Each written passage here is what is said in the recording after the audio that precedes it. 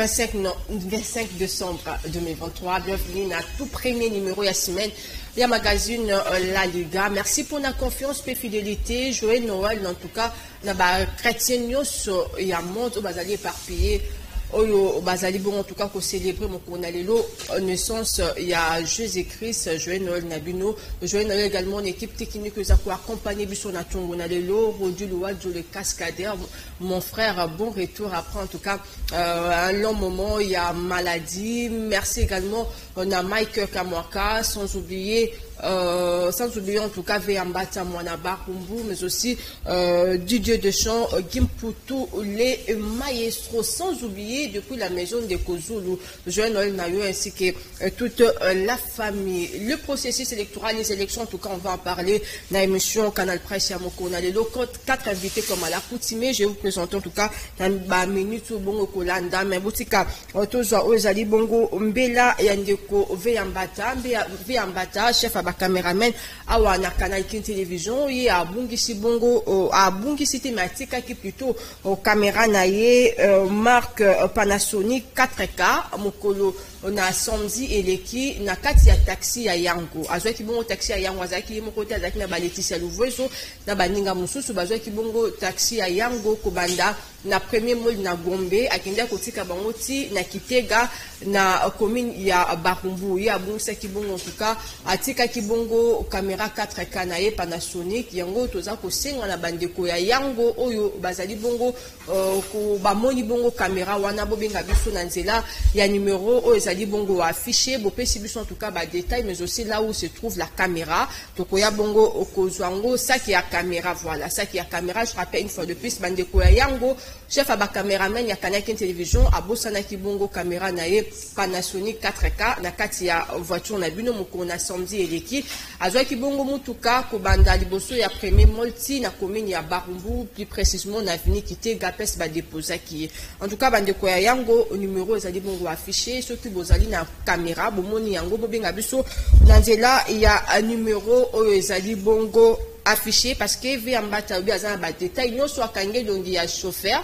certes azana na kombo na été même azana akangi bongo ezali bongo visage ya chauffeur ou akumbaki bango mokolo ya samedi. J'avais dit tantôt to robeta li solo tali bongo au processus électoral ba irrégularité ezali bongo ebele ndenge bandeko yo opposition bango moko bazali koloba déjà mikolo l'équipe to mona ki pa wa piseni a publié ki bongo première tendance na niveau ya diaspora plus précisément na 5 pays pilotes, je cite l'Afrique du Sud, la France, la Belgique, les États-Unis et le Canada en tout cas même qu'on a lobby seni a continuer qui n'a pas de bongo publication et résultat la première tendance sur le cette fois-ci sur le plan national et pas wapi. Je vais citer en tout cas quelques circonscriptions oyo Seni a publié qui moko lobby na quartier général naïf faut que ba pour la circonscription il y a Bikoro, Makanza, Isiroville, Mambasa, Bunyaville, Pewamba, à Félix Azali Bongo en tête avec 74,3%, suivi de Moïse Katumbi Chapoué 16,6%. La circonscription, il y a Bunyaville, Félix Azali Bongo en tête avec 50%, na Luebo, Félix Azali Bongo en tête avec 99,7%. Na Madimba, Félix Azali Bongo en tête avec 94,7%. Suivi de Moïse Azali Bongo na 1,8%. Na Ngandajika, dans la province de Lomami, Félix Azali également en tête avec 99,3%. Suivi de Moïse Katumbi Azali Bongo na 0,2%. Déjà bandeko ya Moïse Katumbi na bali na ye bango basengi bongo ba anili etali bongo ba élection ya 20 décembre tu bongo koleka même na Martin Fayulu na quelques candidats président bon on peut baser en tout cas pour annuler déjà Martin Fayulu lui a projeté aux ali bongo ba marche à partir ya mokona lobi mardi 27 décembre 2023 de Tourobeta les solo tika na présenté bino ba invité ya Canal Presse la Liga ya Tongo ya lelo tozali bongo na ndeko Jean-Pi Ngalula o azali bongo na habitué l'émission Liga pour na compte ya opposition et pas iwa pinasa ko ebise boyi malamu mbote na yo mwana mboka mbote galema na bandeko tokondongwana na bangwawa na lisano na politique na tongo na lelo kasi tika ni ngai bomo mesano na pesa baimboka banso esika bakolanda biso bomo mesano jambo yeno batoto ya Kongo Mungu wangu anubariki bwana bedo bampangi ya Kongo wetu au bana betu ba mukongo wa mungalata mukalenga wa mujulu atambe kunwafunia vidie mukulu anutwe vwenvwe en tout cas na sepeli baimboka bobengana na bandako bokota le capitaine de tous les politiciens congolais est en place pour rééduquer les mal éduqués en politique. Allez, merci beaucoup. Ndeko Jean Pingalula banda nandako bolobi ndeko atika ba trafic candidat président on est soutenir monde ba gagner en tout cas. Allez, toujours pour la cause et opposition résistance en tout cas tous bon ndeko Mike Ibaka, ndeko Mike Ibaka ya zali bongo ya nouvelle élan parti cher. Il y a Adolphe Moussitou Fumo pas bien fini ndeko Mike. Merci Ezali ndeko Ibaka temendeko Kibaka. Kibaka, ah voilà. Merci beaucoup. Merci pour merci pour na malobo pesinga na pesi ba kongomani nyonso ba kozwa libakwa kolanda émission oyo na pesi bango mbote na pesi surtout mbote na bana yangalima. Bana yangalima na pesi bino sous merci na profiter na micro na bina pesa bango merci na confiance ba pesa kinga. Ah ozaki candidat. Na zaki candidat na ba centre tout na leki na senti ke bana yangalima ba pesa kinga confiance wana et na pesi ba kongomani nyonso pe merci na ndenge bapesa ki confiance na mwana mboka Adolphe Mozito ba votaki ye tozali kozela résultat ya seni en tout cas merci na bino mais ndeko na koyebiso ke biso na ngaliema tozali na problème ya insécurité c'est pourquoi on moni ke bana ngaliema ba telemaki na tongo ya mercredi pour que ba yeba ko changer makambo et makambo wana il faut ko changer classe politique malheureusement que ba élection yebi ndenge lekeli oyo ngai na ko benga ezali ba élection te parce que campagne continue tous les jours ya mercredi wana beaucoup contre na bureau de vote mais batu libanda ba la campagne donc tu ko regretter nango insécurité nangalie makosakana insécurité on les a dit ya bandeko ya force du progrès IDPS bandeko na ba la rage nangalie surtout côté à DGC IPECO donc kuna ekoma quartier général na bango soko sakani batio na cacho na bango avant obima faut futa 200 300 000 francs totomi tuna o ezali mboka ni bakoma na cacho na ndako na bango ezana IPECO c'est pourquoi toko interpeller tout ba milice toko loba ba M23 toko loba ba mobondo mais toza pe na ba M23 na kata Kinshasa ezali ba force du progrès solution ndo kozwa ba ko sala ba rage kuna muta ko toucher bango azalite boyoka ki awa na ba période de campagne na quartier Manenga quartier Finda soko kena photo ya bandeko ya pouvoir te o sala campagne te ngai moko nazaki victime na quartier Manenga ba ko menacer nga donc boye to ko sukati wapi c'est pourquoi monique ba congolais ba telemaki mercredi pour que ba yeba ko benga na bandeko oyo malheureusement que bandeko ba tripota ki ba élection yango mais au moins n'engager ma élection de kanaki bien oui et les kanaki est bien est-ce qu'ils ont la place les kanaki bien allez merci nandimi te que na kwa moko ba ko lobaki élection les kanaki bien parce que élection partout l'équipe mabe élection oyo ti ba to voter élection ya prolongation et ti lelo to ko loba élection zali ko continuer na mboka ni bino mona par RDC na mboka ni bomona bon allez merci beaucoup ndeko Mike Kibaka wazali bon pour la compte ya nouvelle élan parti cher ya mon mboka Adolphe Mouzitou mais nous interpellons en tout cas la ministre Peter Kazadi likamba force du progrès oyo bandeko presque non so bolo bango force du progrès comment na bakasho na force du progrès comment ko déranger beaucoup plus opposants en tout cas nous interpellons la ministre Peter Kazadi puis de l'autre côté à Union Sacrée tozali bongo nandeko Simeon Isako à qui je dis bienvenue dans l'émission La Liga mais aussi joyeux Noël. Merci madame, joyeux Noël à toi aussi, joyeux Noël à tous les téléspectateurs qui nous suivent à l'instant. Merci pour l'invitation. Je crois que Zambala Liboso Ayoko Koya Mangai. Dans ce pays, une invitation parce que c'est une opportunité pour que Tokoka, Kosolula Makambo et Talimboka de éclairer les Congolais sur les différentes zones d'ombre, sur les sujets qui font la in Mboka Nabiso. Dans ce pays, il y a mais aussi que le Kamoko ya bande Konabiso ya force du progrès. Le bec est structure, il y a IDPS. Nalanda qui ndeko Augustin Kabouya, secrétaire général de IDPS. Non, le bec est structure, il y a IDPS, je n'ai pas dit ça. On a interpellé juste ministre de l'Intérieur. Oui, ce qui est le Biango, je crois que ndeko co-débatteur dans le Biango. Donc, Nalanda qui ndeko Augustin Kabouya, n'est-ce pas Koloba. bande qu'on a besoin à force du progrès, bazar structure et IDPS TV. Bazar reconnu na IDPS TV. Ceux qui ont un statut et IDPS, nulle part, beaucoup moins la place, bazar reconnaître force du progrès. Bazaté. Et donc, bazar structure informelle. Bazar structure formelle. Alors, n'engeni ni bako singa ba autorité à partir, bako ka, ko se charger na eloko bango moko bazar reconnaître té. Donc, moi, je reconnaître le côté, mais je sais qu'il y a moins de charge pour éduquer. Donc, ça n'a pas de sens. Tout ce qui a attribué au mouvement na bataille de officiellement, en tout cas, force du progrès, et ça, structure, tu n'as qu'à IDPS. Et ça, structure, tu n'as qu'à IDPS. Mais à chaque fois que parce que ceux qui ont un statut à IDPS, ça n'a qu'à mais vous êtes au moins au courant de quoi ça force du progrès, vous êtes au courant de ça? Bon, quand tambo na combo ya IDPS, il nous informé na plateau awa, on a tika la koyo kate, na tika la pe koye bate, na oki que force de progrès bazana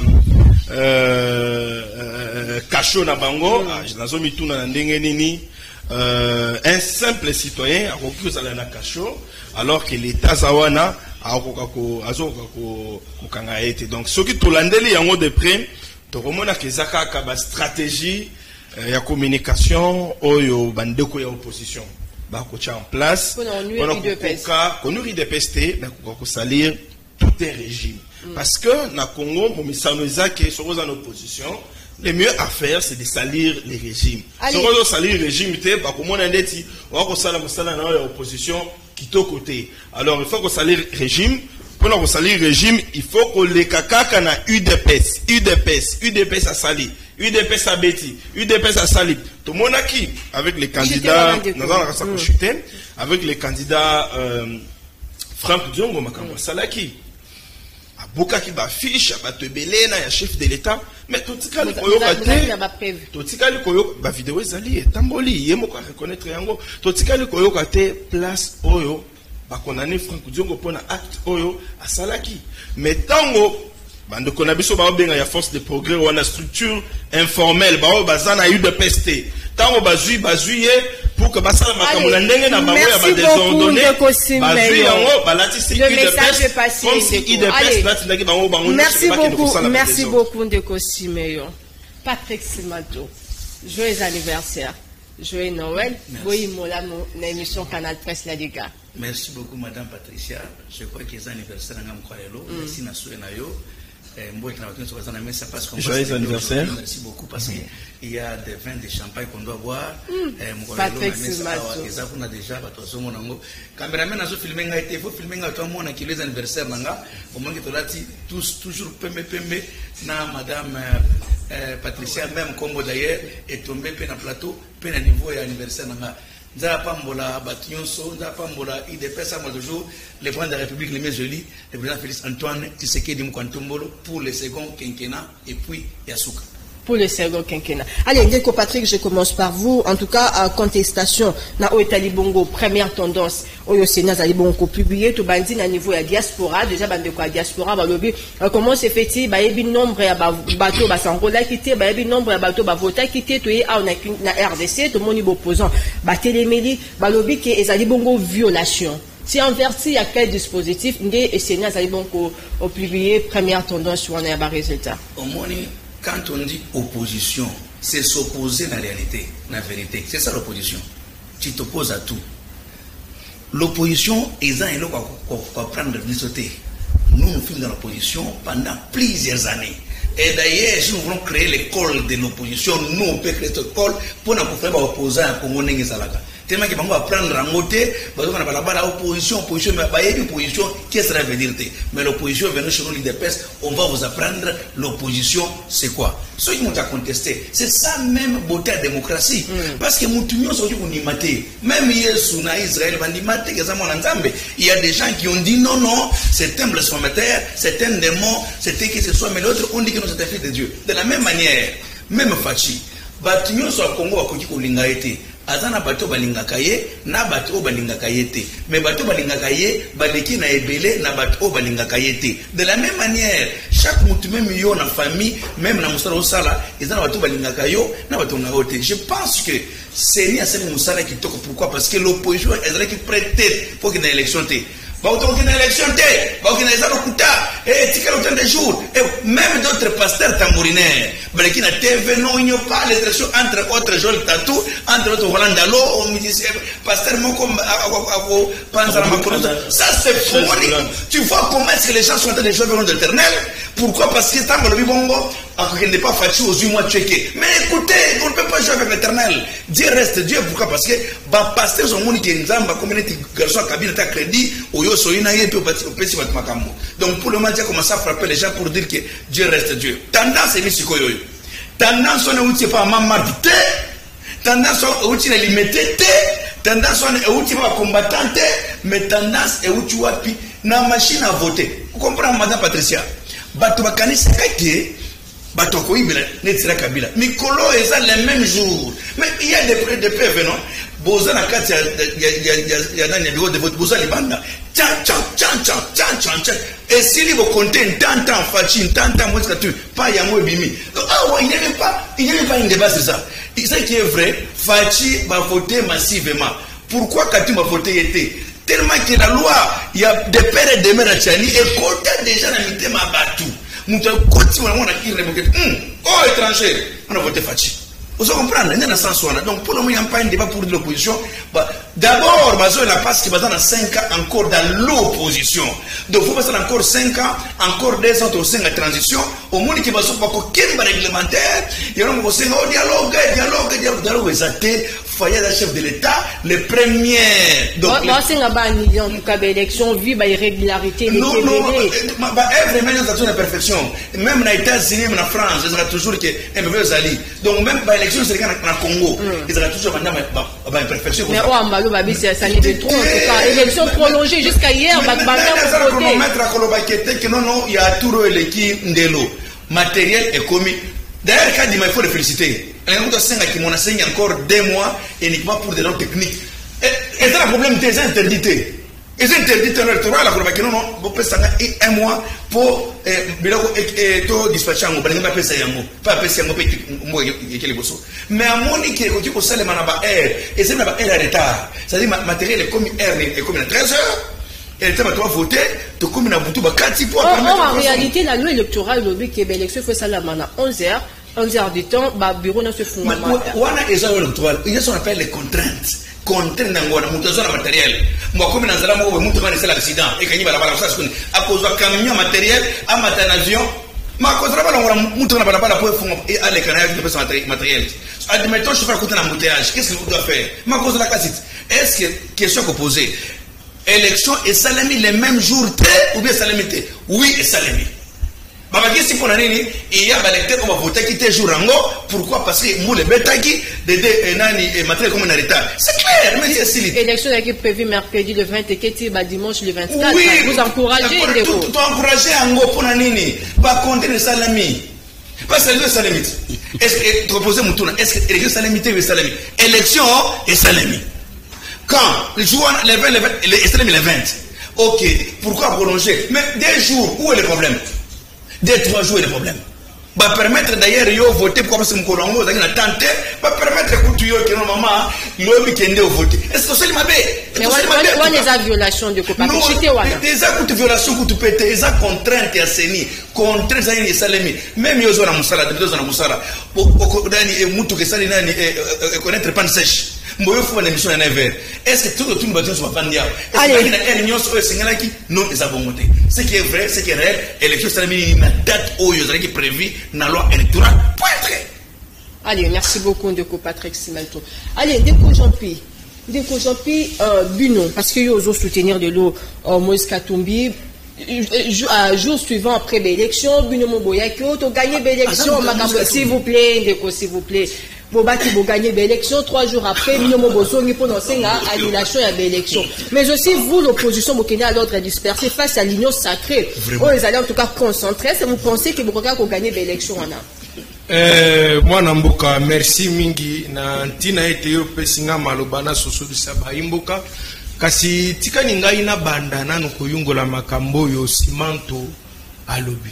Simanto yo to sala na émission moko degré batu ba finga Simanto na kanisa kimatika politique.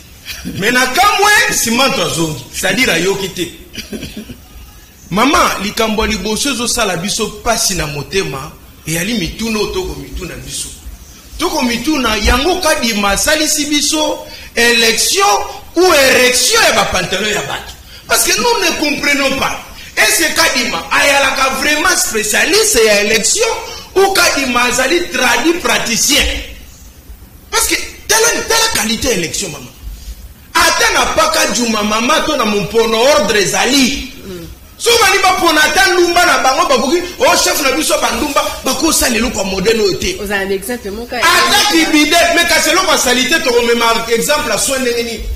Na lobino ata ba bideli ya classe oto za ko sala na bomwana. Yo mona kata ba monsieur na biso ba ya primaire yango ya. Ba sala que élection modèle mboy. Mais c'était sur base ya nini? Mais yo kana ya Moïse Boloba qui bo gagner ba élection. Biso to gagner élection. Moïse Katumbi Chapwe a gagné élection. Le président élu, le 6e président de la République, a remplacé Félix Tshisekedi. Mais tika ngai na zongela makambo ndeko ngai Simanto alobi. Ndeko Simanto ko finga passer Roland Alote. Yende passer assemblée laka Tshisekedi tanga comme président de la République. S'il vous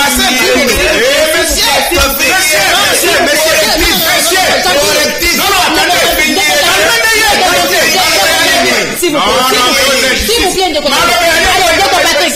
Ndeko Patrick, en tout cas, Roland Azali pasteur, il y a Félix Tshisekedi, père spirituel, moto assemblée la tête comme président de la République. Alinga wanga ponani. Ce qui est là, il faut passer d'après Malobana Bango, faux prophète, c'est que faux prophète assemblée la qui faux. Abomimbo. When is the Kamoto go on a tape? Oh, as a faux passer. Vous reconnaître la fête. Alors, à la faux passer. Pourquoi tu l'as bangoté? Simanto lobby était Félix Tshisekedi abimi président de la République na tendance. Oyo ebimi na ba machine. Ngana zotu na Simanto.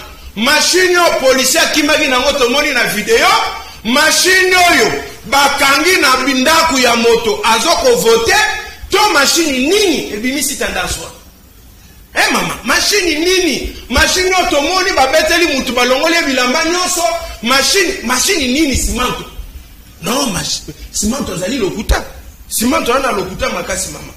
Oyebi na droit balobaka bo la fraude annule tout. Ce qui fraude koti na kati ya likambu, on annule tout en droit administratif. On ne peut même pas discuter parce qu'il y a la fraude. Vous confirmez que fraude électorale est ça les mecs? Oh, mais tu sais que la bimi ndenge ni sur fraude. Tu sais que la bimi na fraude te maman. Tu sais que dans une réalisation, bi pendant le bac diaspora ni la opposition, moni que lobby. Na lobby. Te omoni diaspora oyo ba publier na ebité diaspora ni lokola ngana na poto te na ko discuter mambo diaspora te mais ngana landi vrai diaspora ba lobi ba yebi résultat wana te. Ba machine ezalaki na kati ya bandako ya bato. Machine ezali na ba camp militaire. Bona camp militaire soki mutu na kati zo voter yo oyeba ndenge ni. Machine ezalaki na kati ya ba palais ya politique ya bato. Alors wana eza makambo ya koloba te. Ngana na yebisaka di maeloko moko yambo na kota na mutuna na yo. Na ina yebisaka di maeloko moko kadi mayeba ke omoni poste wana kadi mazo occupé eza poste apoka. Eza na poka moko na yombo akosakana te poste wana. Yo kana bisayo. Merci question na. Mutu liboso a diriger poste wana ya Seni. Aza wapi? Oko ya nola lelo. Akufana mutu munene boye lokola amemaki pase. Yo kana bisayo. Mutu amemaki poka. OK, na retire. Bon, yo kana bisayo. Sikoyo omoni ya kufaki. Moto ya mibale tanga diriger poste wana suka neza gini. Akota ki prison. Moto ya misato wa diriger poste wana suka neza liwa. Ye wana akomi rebelle akimi za exit. Moto ya 4e moto elina ye ezali kadima. Yango kadima tire attention. Pona koyeba ke poste oyo yazo ko type ezali poste ya yombo. Biso to modire kadima. To modire kadima na koloba ete lolenge kadima kambi élection oyo ezala lolenge via kadime ko kambama. So qui a organisé fête des autres modèles oyo. Bayi baba kiti, bayi baba bafle, so ki bana ne bagasa l'examen. Tika bana baba so ki kadi mabana ne bagasa l'examen. Bayi baba ngo ba papier, bayi baba ngo ba feuille examen ba ngo bunga, so ki kadi masali matanga, ebembe panzana na se, ebembe bunga na morgue, Kadima yoka makambo Kadima kokwela makambo esalema te na mukili Kadima soka ke hôpital bachuba etonga Kadima bakochuba tonga ya musisa bakochuba na musuni ndeko Jean-Pierre pona nini pamba te yokana bisayo tozo modire Kadima Nendoko Kadima sali ya kokamata moto nyoko libiso 5 ans alors que vous Ndeko Jean-Pierre supposons que Kadima Seni a publié ba résultat provisoire et ça dit que Moïse Mutaza gagnant bozaka ba propos wana ezali résultat malamu ezali na kata ba merci beaucoup non cité wana ezali résultat on a ebiso que résultat ya ir ne bonde yo lobi wana les résultats biso pe tozozela mama na ebiso loko moko cité ndeko kisa ko sayo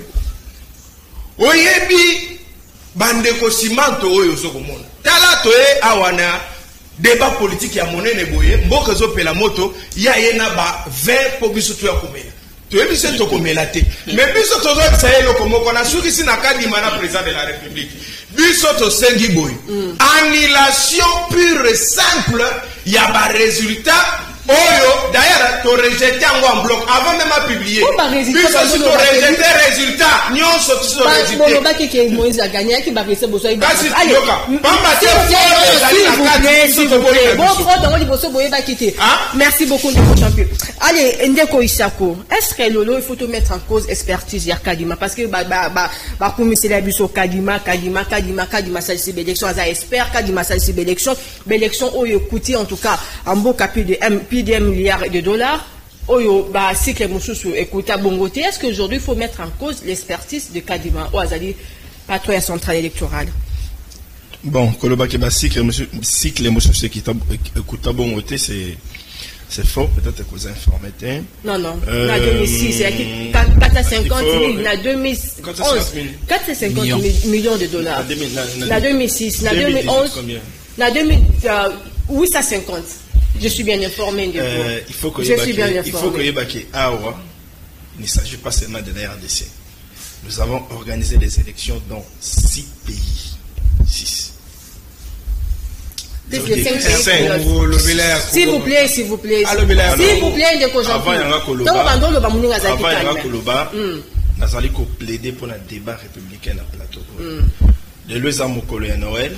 Bavani na bandako ba responsable ba professeur bato bazana maele koleka biso ba kotala biso mais aussi bana il faut pas retenir quelque chose voilà parce que biso tozana devoir ya ko éduquer na ya ko former très bien toyo ko sala comédie na plateau orité ko bana ko finga ka bato manquer du respect aux morts donc il faudra pas que bo dégoûter biso débat donc to kene na respect to évoluer na respect pour to kuma na suka très bien ya débat na biso.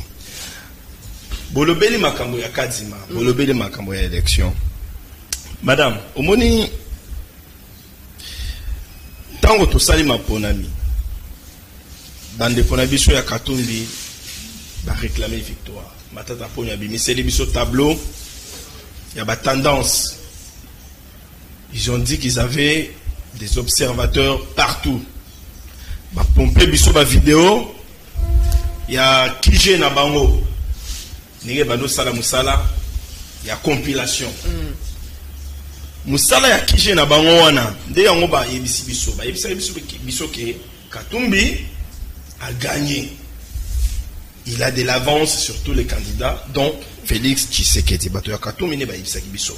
Il y a des communiqués qui existent signés par eux tous. Et tout ça veut dire ba candidat nyoso ba desistaki en sa faveur na yimoko Katumbi. Du coup ba loin la victoire bakomi na annulation ya élection. Nazali komi tuna.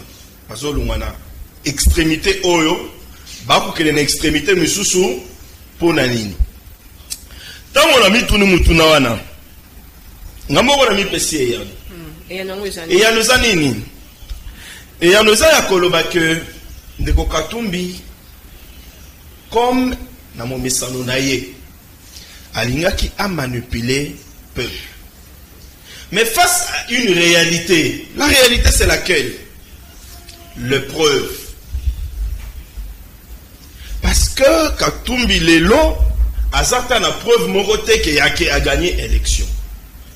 Bien que tozana une étape ya ba tendance. Na ba tendance wana azana ba preuve te. ou bien sokaza na yango parce que ça na yango c'est ni oyo salaki mosala kitoko na ba bureau de vote nyonso ba imprimer ba preuve ba pesi ba témoin bazalaki wana soke ko kakite ba même sur bazwa ba photo. Quand il a regardé tout ça à Tali na kije na ye ba Tali ba moni que baza défaillant ba échoué le kola ba échoué ba si ba salaki communiquer avant pour perturber la situation face à la réalité de l'échec tout ça la nini to reculer contestation de société mais annulation il y a une extrémité oyo une extrémité mosusu. Ça signifie quoi? Ça signifie que les camps Katumbi n'étaient pas préparés aux élections.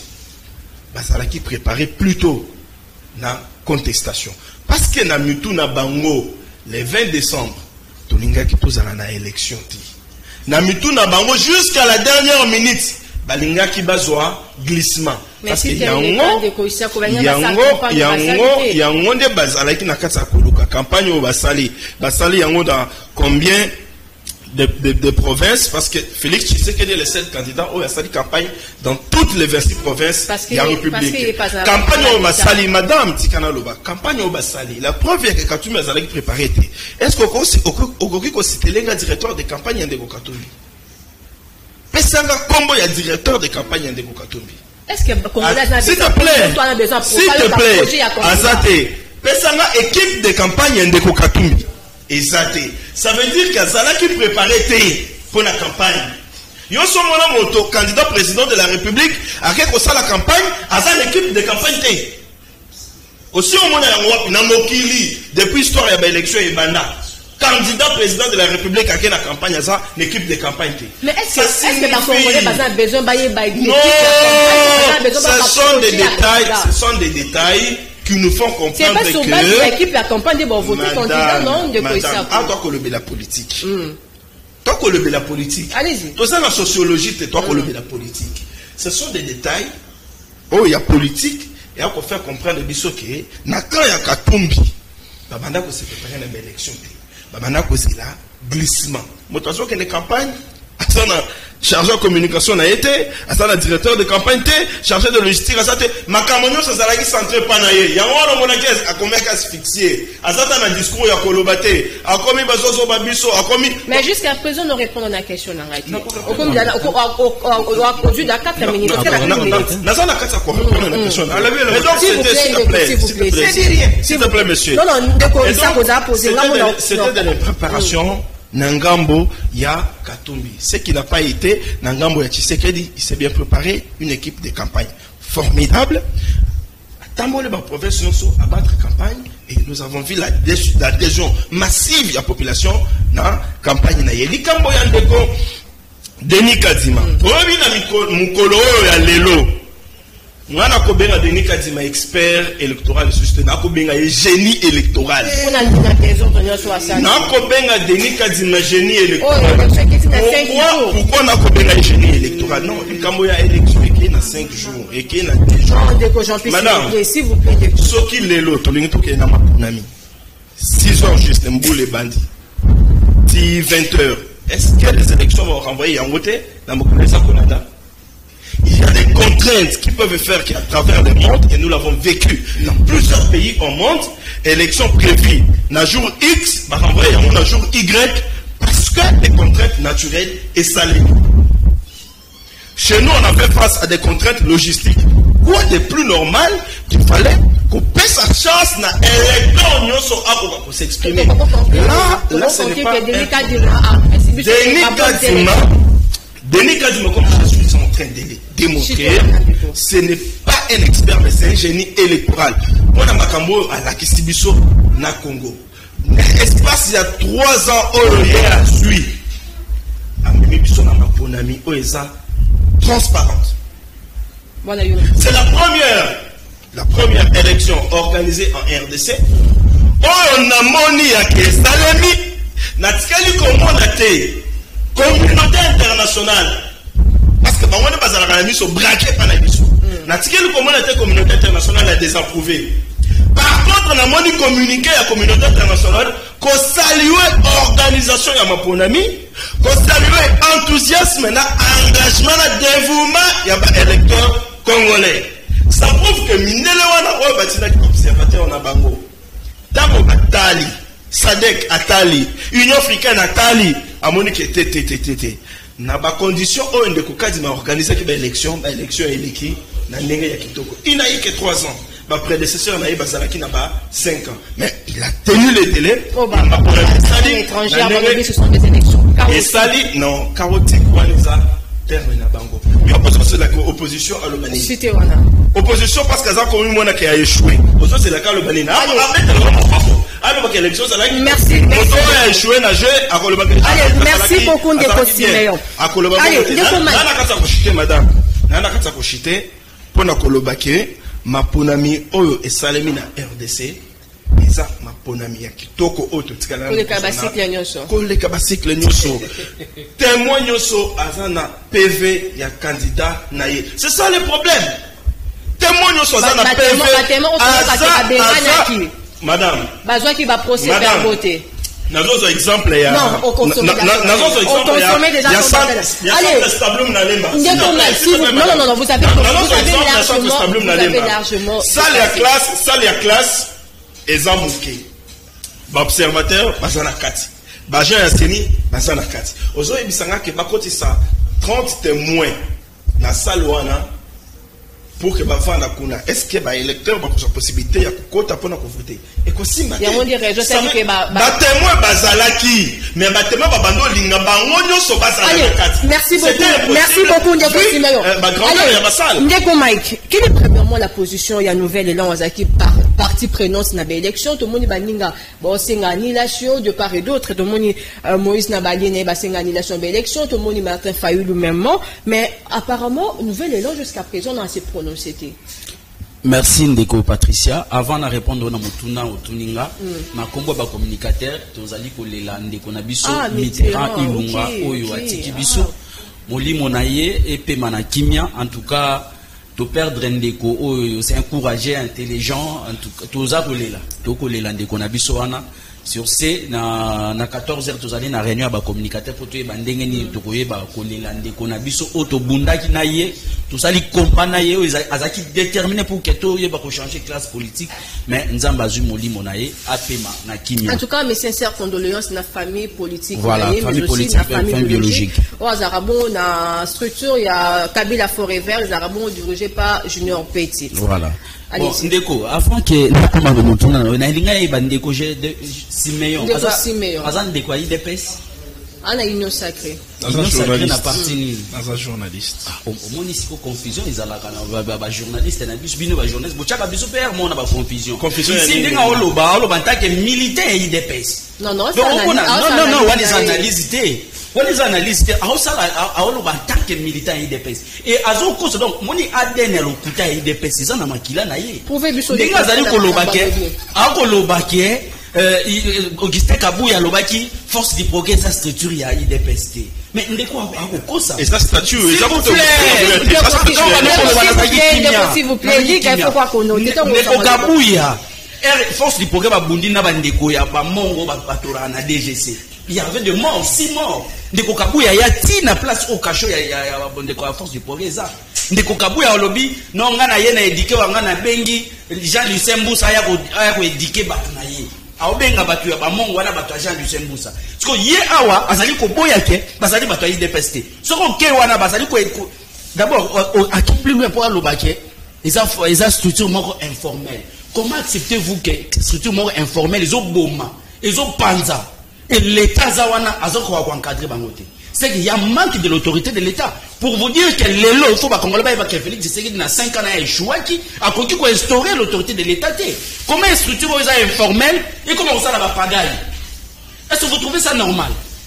Échec on de comment il a lobby mais il on est lobby sur ma femme sous. Non, nazoko mawana. Na kesu supandeko na biso azo fêter anniversaire na ya plus abota mi mokolo ya Noël.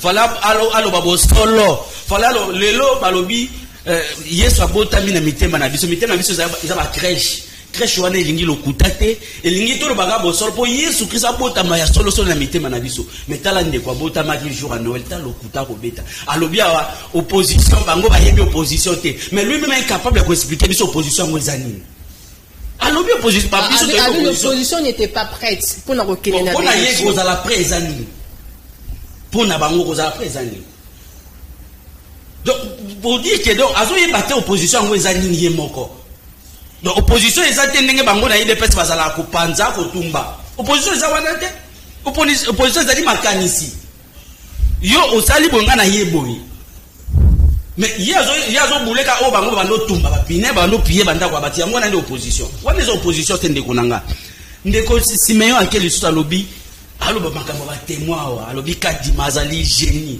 ndeko eza pasi uza génie électoral si vous plaît génie c'est mboka na biso photo linga Congo mais oloba wana yela tsapie bo lobby makambo étranger yela tsake bilu nde boza ba étranger bolingi Congo te mais ndeko Mike n'a pas tout mamuke mais il faut quand même qu'on salue non ndeko Denis on a qu'un ngai na salaki mandataire ya nouvelle élan na Ngaliema ero ya oloba ke ba témoin bazalaki partout Ngaliema toza na 862 bureaux de vote mais ba pesi na chaque parti politique 90 macarons ya ba témoin comment parti politique go tia ba témoin na tous les 862 bureaux de vote mais ndeko aska yebi makambo wana na lemba côté ya za baninga na biso bazana lemba pesi bango 70 macarons pour na ba témoin pour na parti politique siko ba bureau de vote na lemba wana avec 70 macarons beaucoup tia ba témoin de donc pour vous dire que déjà bandeko bazaki déjà préparé que basa la élection mo chaotique et on moni ba ko bimisa ba résultat o ya bango et ça ba résultat ya peuple té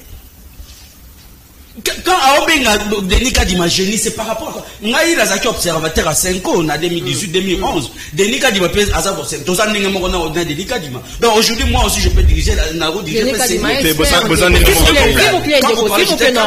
s'il vous plaît en tout cas ndeko Simeon on permet donc pour dire que moni ba résultat osali ko bima ezali ba résultat to moni ba vidéo ndenge zokuta mona idio photo moni bandeko ba voter na salle de classe bandeko ba to aseni ba tiki ba bulletin de vote ba kena bango bazana ba bulletin na bango mususu to ezana ba lelo tozana ba réseau to mona ndenge ezotambola to moni ma eleki na ba masimanimba to ti lelo to ko lobeza ba mboka msena ba bureau mususu bazana ko voter yo mona ni na élection ni ba to voter une semaine au mona wa kana Congo c'est pourquoi question tuninga que nouvelle élan to loba te nouvelle élan to loba na suka toko zela ba kende ndenge ba ko kende malem parce que avant élection nouvelle élan déjà to se prononce que Kadima aza prêt pour l'élection Kadima aza ba moyen té to loba ka yango mais babo ya ka lelo résultat yango ba pesi biso et ka loba ke ba contrainte quelles sont les contraintes ah wana Kinshasa contrainte ni sala ki ba ya voter 2 jours parce que Kinshasa possibilité ya ko déployer matériel mais il faut moi reconnaître un découlement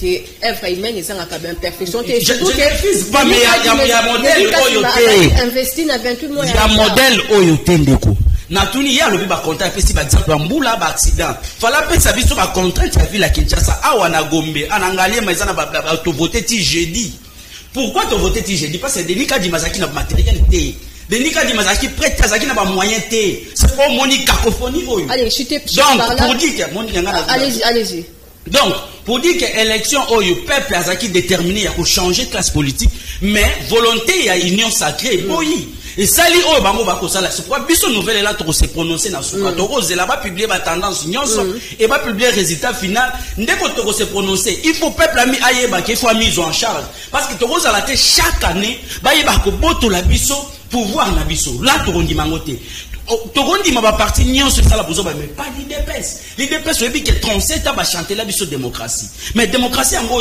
melisi bango pema bako ko installer démocratie te bako ko instaurer l'autorité de l'état te donc tout tambola mboka ngondeni et mboka oyo to ko tambola na ba légitimité ezala difficile pour que bo construire mboka wana et mboka biso soki lelo tozali ka kozonga si mais ali problème ya légitimité donc il faut to résoudre le problème de légitimité pour que mboka na biso se décoller mais ceux qui ont une arrogance bandeko ba ko ya na bango na ba plateau ba ko sala ba n'importe quoi bo moni kao électoral de salemi en tout cas mboka na biso bana na biso ba retourna biso qu'est-ce que bo sala ki nini pour na mboka ndeko Mike lobi fraude des alliés selon vous en tout cas selon en attendant tous la décision ya parti yo en tant qu'analyste yo moni candidat nazari a voté même marqué na niveau présidentiel na niveau présidentiel ezali na rôle beza ba province par province ils ont ba province oyo so OK par exemple na Kinshasa on a que candidat X azwaki ba voyer pour na rôle bandeko Félix Tshisekedi azwaki ba voyer mais so OK peut-être na ba Congo okuta yete so OK na azwaki ba voyer belé wapi la province ni espace grand bandundu wana eza espace aki na biso wana muta obuja ngote espace grand bandundu na est du pays. Bomoni est du pays ndenge basadera qui na vision na surtout era lobi que il faut acha mire contre na Rwanda batu est nyonso basadera bakokabola na mutute na lobi bakokabola na mutute grand bandundeza aki na nouvelle élan pas Adolphe Mozito. Mais fait lui non opposition pour reconnaître que Kinshasa est voté Félix Maka. Kinshasa n'est pas le Congo. Ouais, effectivement, en réalité, tu veux qu'il n'a pas. Cycle, s'il vous plaît, cycle, l'équipe, tu veux que Kinshasa est qui fait, il y a opposition.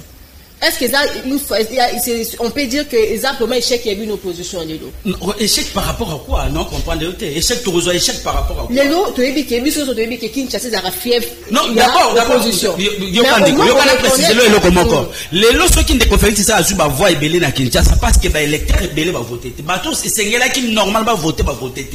Jusque là aujourd'hui la Kinshasa tu reçois la Togoza na 10% nangalé matozaya qui na 487 000 enrôlés mais on va voter na limité ba koki 100 000 donc ça veut dire que bateau et Sénégalais va voter pour que va sanctionner Ndeko Félix Tshisekedi va voter quitter. Et quelles sont les raisons en tout cas? Mais raisons c'est l'organisation n'a pas organisation. On va aborder l'organisation m'a dit ça que l'opinion a compris de comment que bah électeur va voter Moïse Katumbi va voter Adolphe Muzito Bakenda qui était à Félix ne va se présenter qui n'a pas par exemple net nangalé ma sentir oye na ité nangalé ma avant voter na bureau de force du progrès zawana. Allez, merci beaucoup. Force du progrès imposé ba tozo sala campagne wana na porte ya bureau de vote ba voter ngeni ba muso ba banga parce que force du progrès ba bomaka et ba moni déjà ba de si na ba bureau de vote je vous dis ba sala campagne na ité nangalé manali ba la deuxième thématique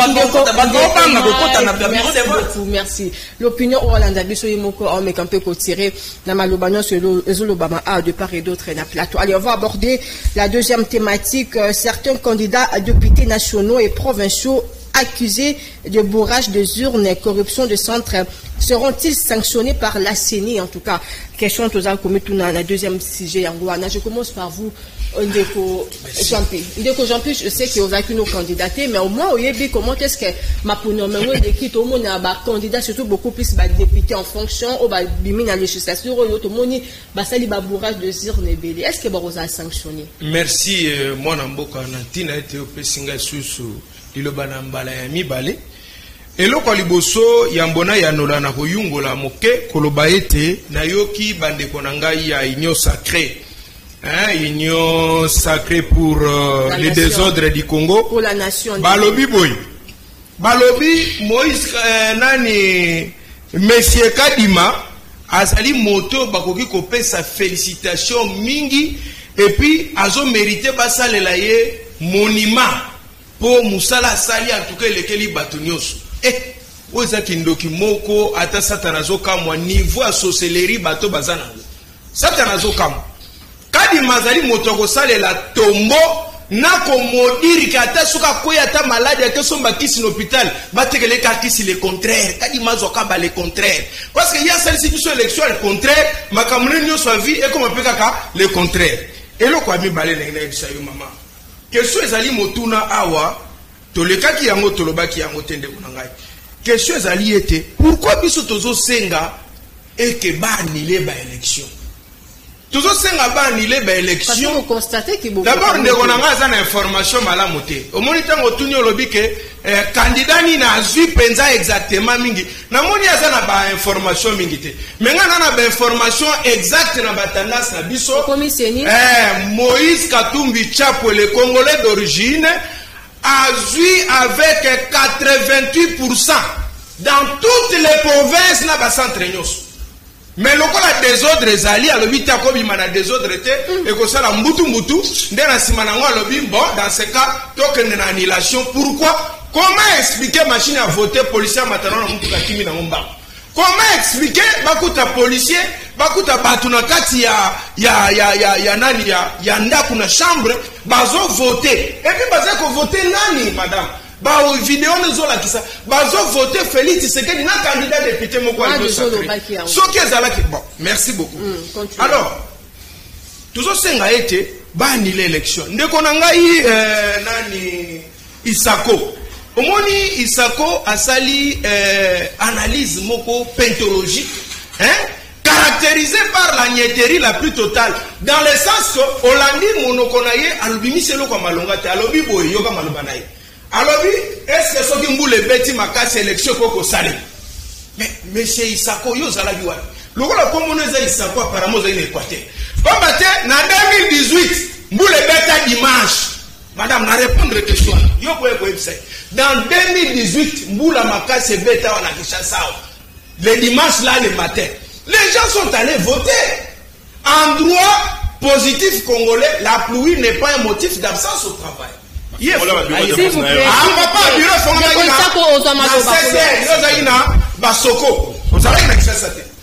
Bon, et là, on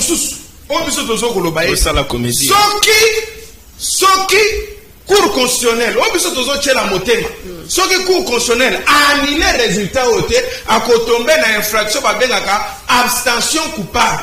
Abstention coupable les alliés infraction oyo mabe ezoko salema autorité moko kokaki kokanga moto wana to ko kata likambo wana aboyi ko sala.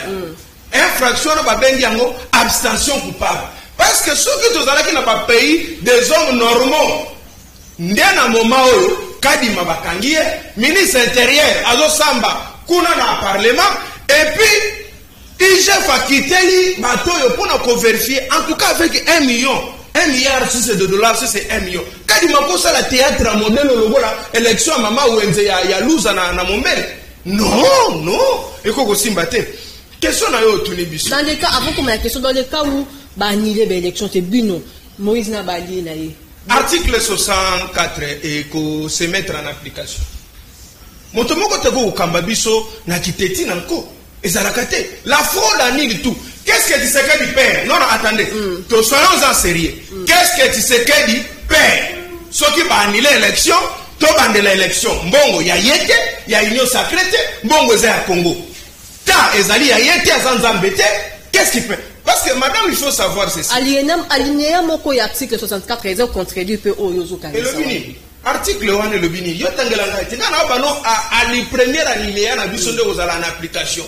C'est-à-dire to kosala échec na bato yo bakolinga ba diriger biso nanko. Pa mate biso tozolo ba ete élection esalemi mabe. Tshisekedi azali na pouvoir. Omoni ndeko na ngai nani Simanto. Bébé na biso asika na pesi paye sika tovani na yawa en tout cas joyeux anniversaire bien kabota mi sika lelo mais na bisenga na maladi na komela biloko ya ngote après so ya kokauka bien na ABC Simanto boy Simanto a reconnaître le il y a les imperfections en droit babengi yango les erreurs. On se comprend. Ce qui ont imperfection est littéraire. Mais en termes juridiques, na droit, babengi yango ezali ba erreur, ezali ba faute. Alors, ces fautes-là, ces erreurs-là entraînent la faute. Et la faute, à son tour, entraîne l'annulation. Tu sais que Yakobo ne peut pas annuler l'élection pour nini. Avant l'intérêt, nini, va annuler l'élection. Na yoke balobio ba machine wana o ba kutaki eza ba machine nanga tikaki ya wana bato wana bazwaki ndeko na ngai. Nous sommes dans un pays, ça c'est quel pays exactement? O mboka nini o? Ça c'est la braconnierie démocratique. Union sacrée mais on suppose que même électeur oyo Moïse Azana Bango ba qui est incapable de kina ba ina ko choisir mais ba capable de obimananzela. Allez répondre sur cette question. Moïse Katumbi azali moto ko mesurer na Tshisekedi sur le plan ba makamu. Mais il y a des kati makamu de Jean-Pierre na question. Répondre ezali boy. Yo kana ebisayo. Omoni ba candidat oyo bakuti na ba machine. Na bandaku e bandaki na bandundu ekei na Kasai ekei partout bazoka. Et ça la identification madame. Bo bisaka bato vérité. Bino bozanga omoni so moto ko loba lokuta loba na vérité. Omoni bato nyonso bakangi na ba fraude ya ba machine. Soki batuni ye, batali bulletin, batali elo, moto ayinyo sacré. Yebi sangai na ba video nyonso yo moni, bakangi nani ya ensemble, bakangi nani ya SID, bakangi nani. Mutu moko te, bakangi kaka bango, mais siko to balola siko makamu. ngai na yo to balola soki ezalaki moto bakangaki na machine wana to bapolisier to banani bazalaki bato ya ensemble lamuka to bazalaki bato ya nouvel élan oyebi na moment oyo eloko nini ngai kolobama mbala liboso na mboka na biso oyoka bayere azoganga lokatela nga botolanga lupango comment expliquer gouvernement aza na bamoyen nyonso azobelela opposition elinga triche biso compétence totale. Alors par rapport ya élection na ebisio boye omoni bato oyo ndenge tozokendela na makambo oyo na ebisio ke soki baboyi koannule élection article 54 kosalema et puis bato nyonso bakozala poursuivi pour abstention coupable et puis procureur général de la République ngonga yangoyo ba infraction yangoyo ezaka kate ba imputation dommageable outrage au chef de l'État propagation de bruit yangoyo c'est saisi. Merci beaucoup Ndeko Jean-Pierre, je suis obligé au botolement le bassin bien que au répondre à la question. Allez Ndeko Patrick, je sais pas qui candidat. Candidat. Quelles sont les raisons? Qu'est-ce qui n'a pas ma motivation ça voter ah s'il vous plaît Ndeko. Qui candidat pour année. C'est que vous n'avez pas voté. Allez, candidat pour l'élection Zamabi. Allez, Ndeko Silmanto. En tout cas, Madame Patricia Moneta, on a bangando lobawa. Vous avez qui calme. En tout cas, ces derniers temps. Oui, agitation na plateau. Allez-y. Je vais d'abord recadrer batuna plateau oyo. Nga naza au cadre IDPS, naza présent il y a groupe de réflexion des élites ce que disent na IDPS au niveau national. Même au niveau international. C'est par rapport équivoque il y a fort de progrès. Non, Ndeko Jean-Pierre. S'il vous plaît, Ndeko Jean-Pierre. Non, Ndeko Jean-Pierre, tout ça n'a respect pas qu'au débatteur. S'il vous plaît, aux Amalobaté, Ndeko Jean-Pierre.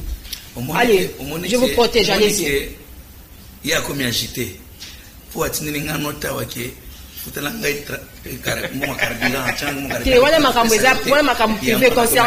Concerné du sauté là-bas, téléspectateurs. Allez-y.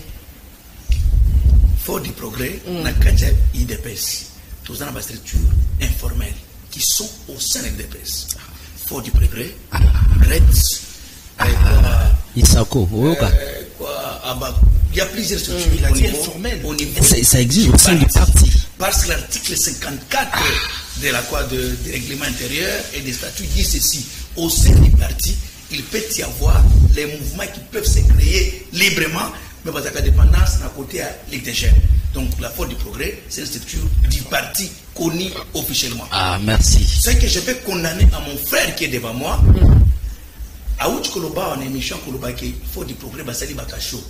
Lui va nous montrer après émission, place au Force du Progrès, Basali Bakacho, ou Force du Progrès, arrête les gens.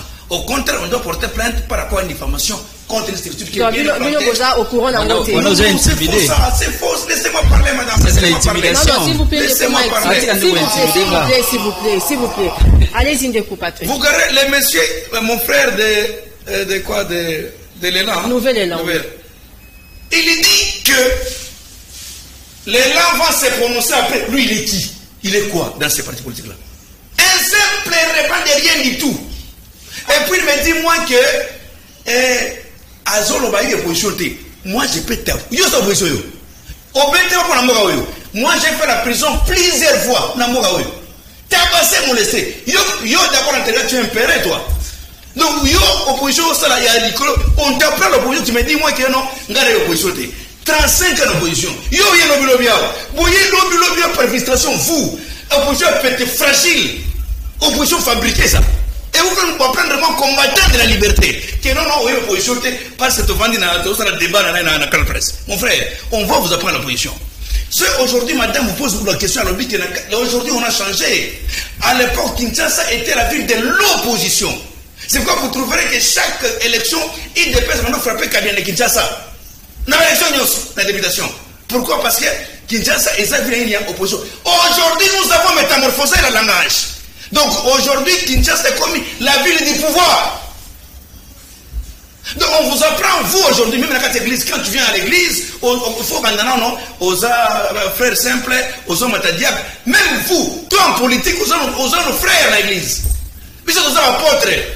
na opposition. Koni d'ailleurs. Laissez-moi parler. C'est mon point de vue. Il aura son temps à parler. Parce que chacun parle à ce minute, il peut parler. Oui, il attaquait l'IDPS. Maintenant, na lati sous casquette à IDPS, même mon frère qui est devant moi, Moïse Katumbi. Ndeko Jean-Pierre. Vous perdez le temps. Il ne dit rien. Il répète les mêmes choses. Je l'apprends lui. En droit, qui constate qu'il y a l'erreur, qui constate qu'il y a les irrégularités, ce sont les institutions compétentes, non un individu comme lui. C'est comme ça que j'ai parlé de la Cour constitutionnelle. Non, mais c'est comme ça que j'ai parlé de la Cour constitutionnelle. En tout cas, c'est que nous attendons la Cour constitutionnelle. En tout cas, c'est que sont nous. Non, mais oui. Non, c'est la Cour constitutionnelle qui va constater. Ndeko Patrick, s'il vous plaît. Ndeko Jean-Pierre. En tout cas, c'est que nous besoin mot de la santé. Ah, non. Vous avez beaucoup de rangées. C'est comme Baninga. Suivez le professeur Tchaba qui parle. J'enseigne, il faut prendre stylo pour les autres. Matière primaire. Ndeko Jean-Pierre, s'il vous plaît. Ndeko Jean-Pierre. En tout cas. Je vous apprends, vous. Il vient ici, il dit, d'ailleurs, j'ai aimé un kandumbiste, Andemi Angwao, que Fachi a gagné l'élection dans fraude. Dès au départ, il n'y a pas de contestation chez eux. On va comprendre que Fachi a assez gagné à la République. Merci d'abord pour le langage diplomatique, langage Olobiana, exactement langage papier congolais, et faire qu'on dit maquet, topoli. C'est ça la démocratie. Mais Ndeko Patrick, comment se fait-il Bino, Batoino Sacré, Bozo côté là, c'est ni autre qui est allé bongo? Non. Kolobate que ngai na zolo ba awa na kombo nyo secrétaire. Na c'est l'IDPS. Non, maman, il y a un secrétaire. Il y a un secrétaire, ouais, tout ça, mais c'est l'IDPS qui parle. Mais pourquoi l'IDPS vient vous accompagner pour enseigner? Mais ton côté, c'est institution d'appui indépendant. C'est ni à celle de qui toque. C'est ni à Bébi, c'est le bâtiment moté. Élection, les qui n'en daignent bien. Plutôt qu'on va pas venir dans l'Union sacrée, bon, la opposition de mon athée. Non. Attendez. Est-ce que la Congo est dans l'opposition? Bon, Bandeko, Martin, Bandeko. Non, Tourna est son président, lui, qui est venu partir voter. Attends, combien de pourcents? 0%. Il vient ici pour parler, il nous venait là. Ça, c'est l'entour, c'est le fait qui dort.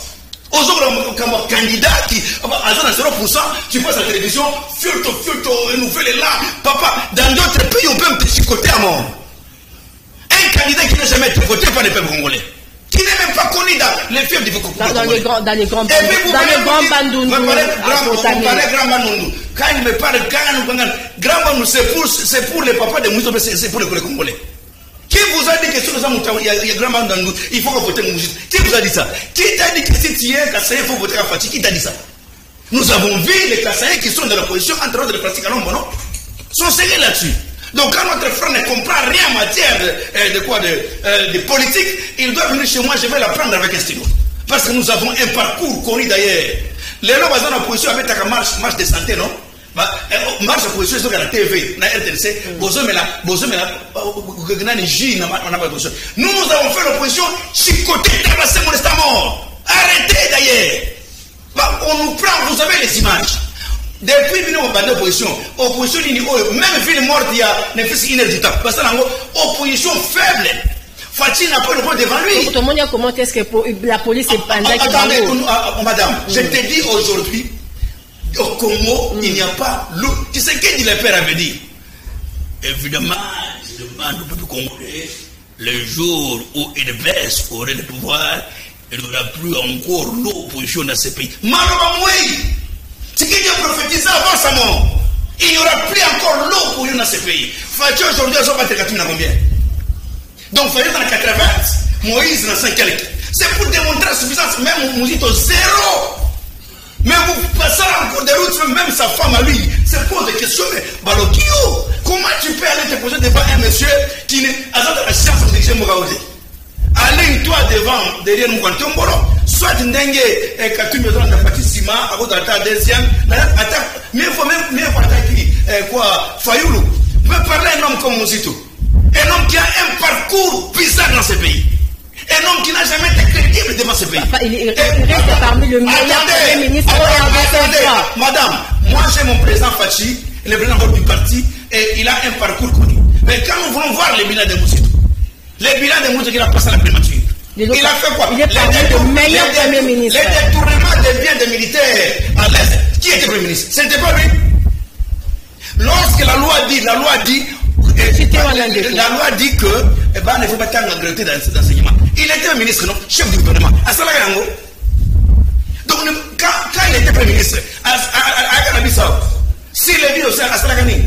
Donc, je demande tout simplement mon frère qui est devant moi pour lui dire que non, tu es devant un combattant né. Tu sais qu'il est né. Et quand tu as dit sport du progrès, j'appelle ça, c'est trop grave ça. Fort du progrès n'a jamais créé un cachot. Ni de près, ni de loin. Et quand vous accusez, vous, qu'il y a une salle, il y a 100 de votes, il y a le fort de progrès. C'est faux ça. S'il y a les images, nous avons les caméras, on peut démonter par-ci par-là. Mais ne venez pas accuser la faute du progrès pour dire, vous devez faire ça, étant donné que acceptez votre échec à vous. Allez, acceptez votre échec de votre candidat et non mélanger. Allez, merci beaucoup. Merci beaucoup. Merci beaucoup, Ndeko. Merci beaucoup, en tout cas, Ndeko Patrick. Mais au moins, il faut reconnaître qu'à une époque où Adolphe Mouzito Azaki, Premier ministre, a matissé qui bon au budget à l'État. Allez,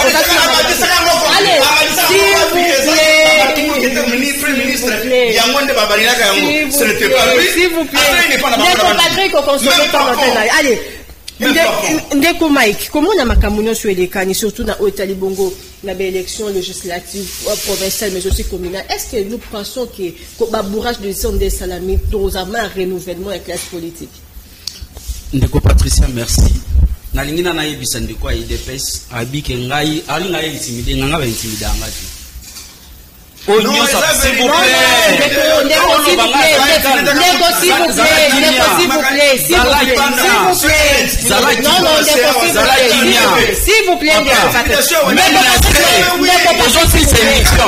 Patrick, s'il vous plaît, Patrick. L'opinion a noté que l'opinion a noté que Patrick, non,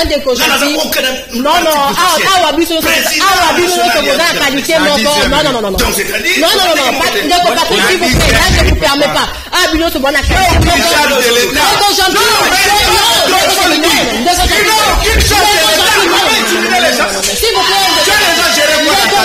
vous plaît,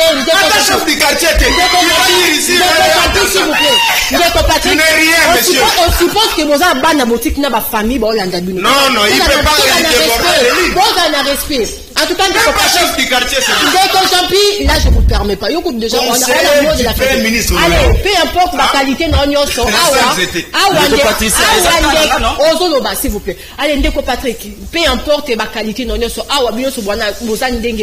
même peu d'égalité, analyste. Allez, allez-y, Ndeko Mike. Ndeko, ngai nazali vice-président exécutif à Lukunga.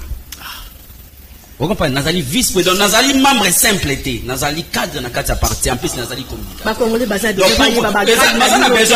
Besoin na biso ezali wana. Que quand on loba avec enthousiasme lobi na kota ba prison na sala yo kasi soko koti prison nde wana c'est ça. Ça va kuluna. S'il vous plaît. Non, kota ka prison.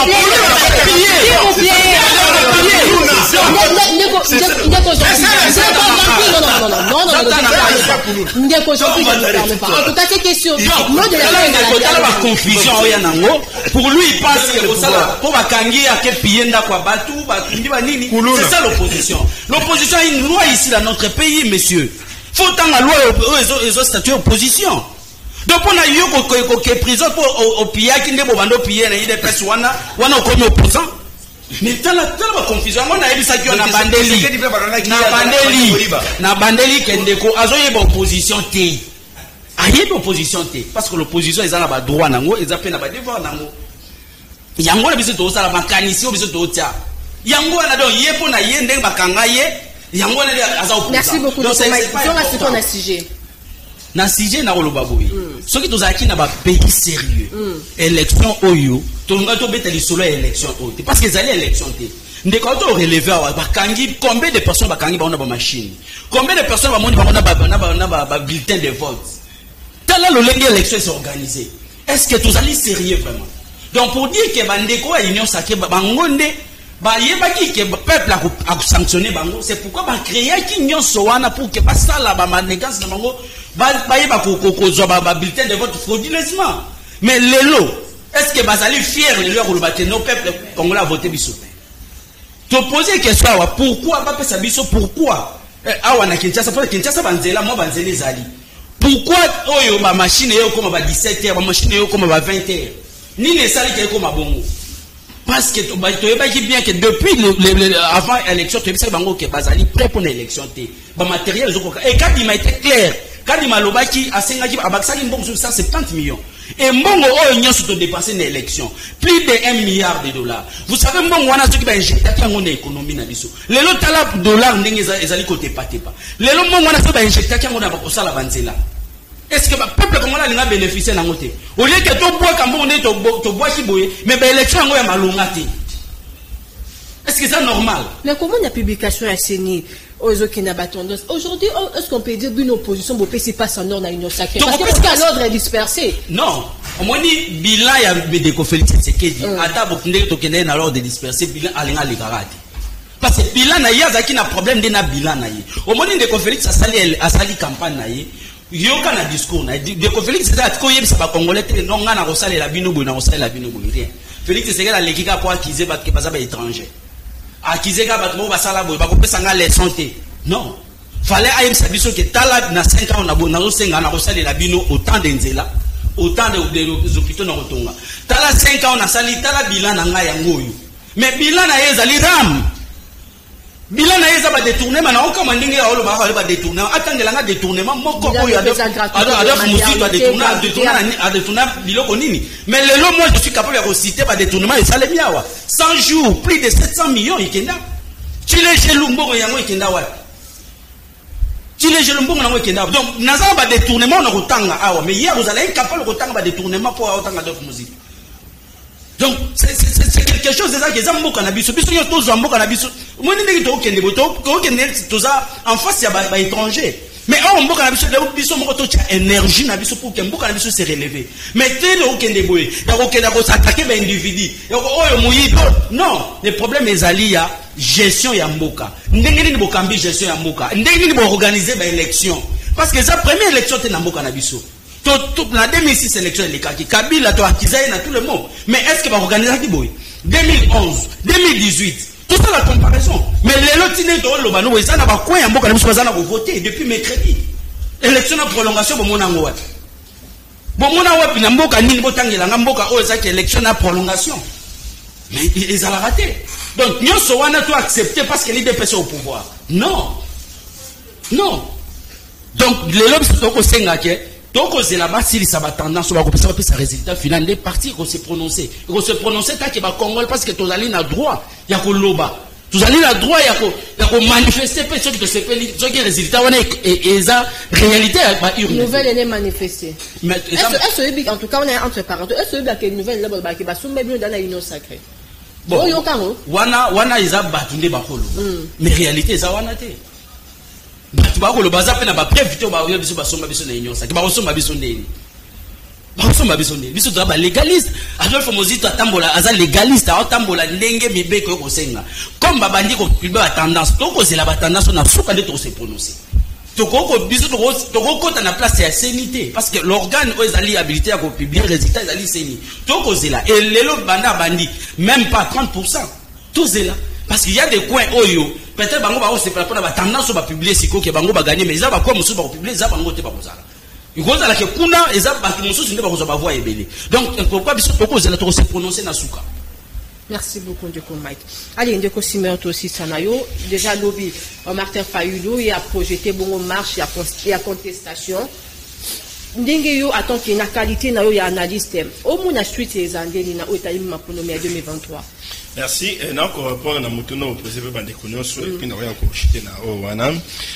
D'abord, c'est que qui n'a pas vidéo, ils ont circulé Owana. Autant que mon abatou, bazar n'a pas box, ils ont contenir dev et consort. N'a pas vidéo, il faut l'avouer, qu'il y a des vidéos, il y a Makambo, il est kaki les 20, dans les 21, mais dans la plupart des cas, la vidéo, il y a ébélé. Et ça, Makambo, il est en 2018. Parce que, dans la box, on a le logo. La vidéo, il y a Kala. Donc, comme on a le logo, il y a Seni, il y a Nanga, dans la box, alors que le logo actuel, il y a CENI Oyo, et ça différent dans le logo, il y a CENI passé. Donc il y a des vieilles vidéos en circulation. Oyo bandeko, il y a opposition en perte de vitesse, en perte de l'électorat, en perte de suffrage. Dans la casse à quoi, la mouissa pour que va salir processus électoral. Makamononge Kei, bouleversement, il y a histoire. On a fait des Tshisekedi de bouleverser Yango. Kinshasa, l'ongue capitale, l'ongue fief, il y a opposition. Et comme fief, il y a majorité au pouvoir. Et là, quand on a indice, il y a liboso. Signe, il y a liboso. Parce que n'oubliez pas que Kinshasa, c'est le miroir, il y a RDC. Le col opposition, peuple congolais, na Kinshasa, bakinois, le col opposant, mais c'est pas lui pour renouveler confiance dans Tshisekedi. Et ça, pour l'exhibition, na intérieur, il y a pays.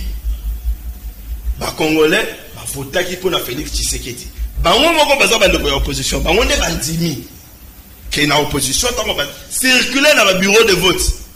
Ba Monique Tshisekedi yende ba ponaki. Na yokwaki pe na son na audio moko ndeko presse penge aza kwa vouer yango pe ako yebisa na bandeko na bango ya iside ya ako yebisa bango ke Chilombo a gagné biso. Wana balobi na fraude électorale. Alors, balobi na fraude. Na lobi na fraude té. A gagné na fraude té. Alors, eza ko la kisake makambo et l'équipe n'a pas bien. Dans le thème, on a dit CENI a salé ma pona kitoko, bato ba voter. N'a bien parce que quoi on doit se lever à Mike. C'est inhérent à tout processus électoral. Na mokili mobimba. Les États-Unis pour contester l'élection, le pays de plus vieille démocratie. La France va contester. Quand il n'y a pas d'abissor, va contester caca. La contestateur va causer la caca, va contester caca. Le awa les candidats ont abusé et consort. Ça m'a mis une puce à l'oreille parce que là ça moto a décaissé parce que la processus électoral il faut que va voter qui samedi. Dans la décaissé place bato bakufaki. Ah OK. Place bato bakufaki, bato bazalaki blessé, bandako bazalaki incendié simplement parce que la machine a voté et komaki na ba zone mususu té.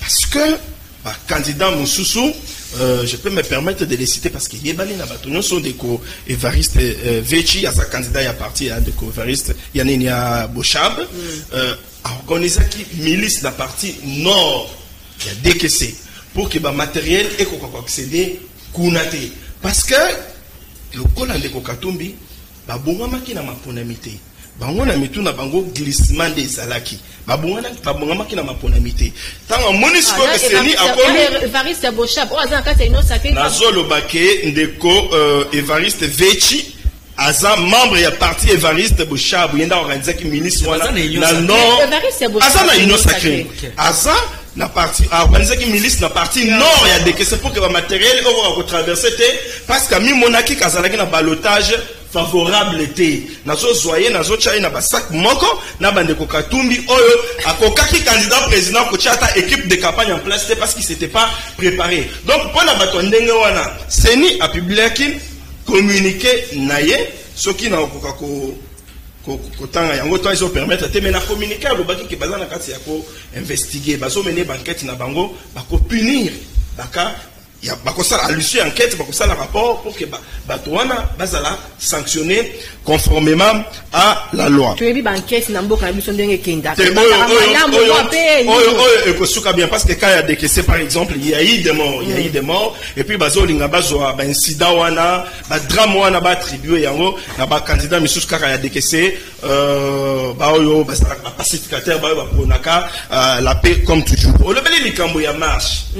Ba journaliste. Ndenge nini bato oyo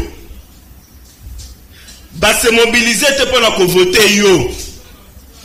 Ndenge nini bato wana ba se mobiliser pour la accompagner yo na processus na yo ya réclamation ya vérité des urnes oyo yo moko consciencieusement oyebi ke o gagner te. Ndenge nini bandeko na biso opposition ba lobby yango bien. Kinshasa est commis transformé na fief ya pouvoir. Ndenge nini ba kinwa ba oyo ba commis lelo acquis na cause ya Félix Tshisekedi. Bon, en 2018 mais bazalaki acquis, baso continuer consolider davantage position na bango côté ya Tshisekedi. Ndenge nini bakino wana bako abandonner Tshisekedi parce que ba renouveler confiance. Ndenge nini bako abandonner pour que bakita na nzela na bato bango bako. Mais pourquoi pour renforcer la force de l'ordre? Ça veut dire que mercredi to kozala awa. Peut-être que ndeke gimpu to kobenga nga lisusu. Jeudi tokoya ko analyser awa to kocha ba image. Tout le monde a ba rompre ba bakino bakotala bakomona et kozala échec patent puissant. Manifestation wana bakokata ko mobiliser 100 personnes. Parce qu'aujourd'hui aucun Congolais n'adhère à la vision de Katumbi, à la vision de Mukwege, de Fayoulou et des consorts. Bah comme on a bandé Tibasa, bateau bah comme biso distraction. Nous voulons du développement. Yambo Canabiso. Toujours gratuité de l'enseignement. Toujours couverture de la santé universelle. Maternité gratuite. Le long na Tamboli presque République Mobimba. Je n'ai pas fait 145 territoires, mais j'ai fait plus ou moins 90 territoires. Pour nous vérifier si effectivement le programme où on est à pédale et sa réalité. J'ai des images en tant que téléphone n'a pas pu couper ça à l'issue de l'émission va balancer. Par exemple à Ville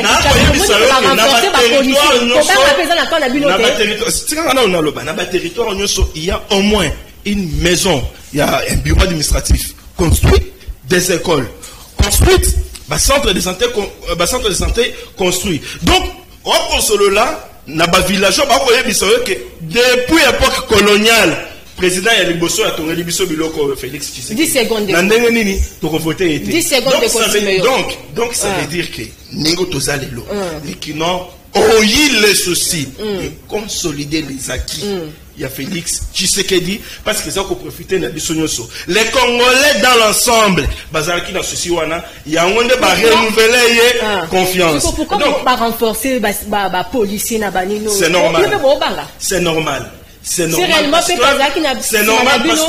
kobanana église catholique kobanana SCC ambongo babukundo wana bato mususu koya kozwa allié na bango de taille ndeko Katumbi bon heureusement balinga ki bakuma Fayulu na Mukwege na je wana me Fayulu na Mukwege ba memite ba memika ka Katumbi to yebika allié na yeza ambongo na babukundo non église catholique pourquoi c'est église catholique na makambo na te maman mais na l'église catholique est ta politique et ça na mila ba faible église catholique faible nena faible